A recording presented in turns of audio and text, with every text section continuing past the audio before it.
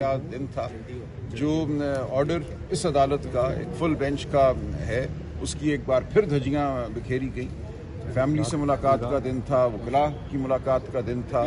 یہ عدالت میں طے ہو چکا تھا سب کی رضامندی سے کہ نام دیے جائیں گے، 6 نام وکلاء کے میں دوں گا۔ فیملی کا تو پتہ ہی ہے، 3 بہنیں ہیں، ایک ان کے بھانجے ہیں، وہ آتے ہیں ملنے۔ تو کل یہ کیا گیا کہ فیملی میں سے کہا گیا کہ 2 بہنیں جا سکتی ہیں، ایک بہن علیمہ بی بھی نہیں جا سکتی، اور وکلاء میں جو لسٹ میں نے دی تھی 6 وکلاء کی، اس میں سے 5 کو خارج کر دیا گیا، مجھے روک دیا گیا۔ 1.5 گھنٹہ میں سڑک پہ محاصرے میں رہا سپاہیوں کے، پولیس کے، اور جس کو چاہا انہوں نے اس کو آگے بھیج دیا۔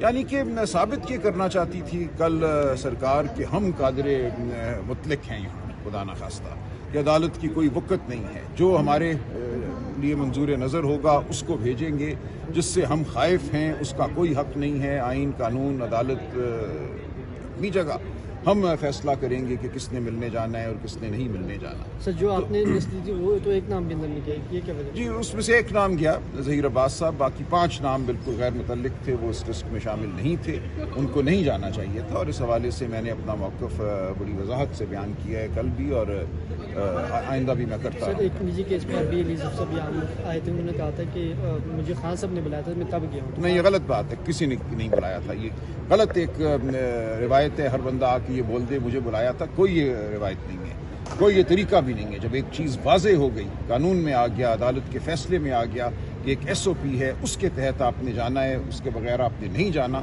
تو یہ بالکل غلط ہوا تھا، کسی کو اس کی خلاف ورزی نہیں کرنی چاہیے۔ فیملی سے ابھی آپ کا رابطہ ہوا ہے، وہ کہاں ہے اس وقت؟ جی وہ ٹھیک ہے، رات ان کو ایک ویرانے میں چھوڑ دیا گیا تھا آدھی رات کے وقت، وہاں سے وہ پہنچ چکے ہیں اپنی رہائش گاہ۔ شکریہ سر، یہ بتائے گا، آپ نے کہا کہ جو منظور نظر لوگ ہیں کل ان کی ملاقات کر رہے ہیں، بے شک وہ کی ملاقات ہوئی تھی، کیا وہ بھی حکومت کے؟ لیکن ظاہر ہے میں منظور نظر نہیں ہوں نا، اس کا تو یہی مطلب ہوا نا کہ کچھ لوگ کم ان کو یہ کہہ لیجئے ناپسندیدہ ہیں، کچھ زیادہ ناپسندیدہ ہیں، یا کچھ منظور نظر ہیں، کچھ منظور نظر نہیں ہیں، تو میں نے اس کا سخت نوٹس لیا ہے، اور یہ بات آئندہ نہیں ہونی چاہیے۔ ہماری پارٹی کا کوئی شخص جو ہے اس قاعدے کی خلاف ورزی نہیں کرے گا، نام دے دیے جائیں گے۔ لوگ لاہور سے آئے تھے، 2 صدور آئے تھے، صدر لاہور ہائی کورٹ بار، صدر ڈسٹرکٹ بار لاہور، وہ کھڑے رہے، بہنیں زمین پہ بیٹھی ہوئی تھیں، مجھے حصار میں لیا ہوا تھا سپاہیوں نے، اور 5 لوگ دندناتے ہوئے اندر چلے گئے۔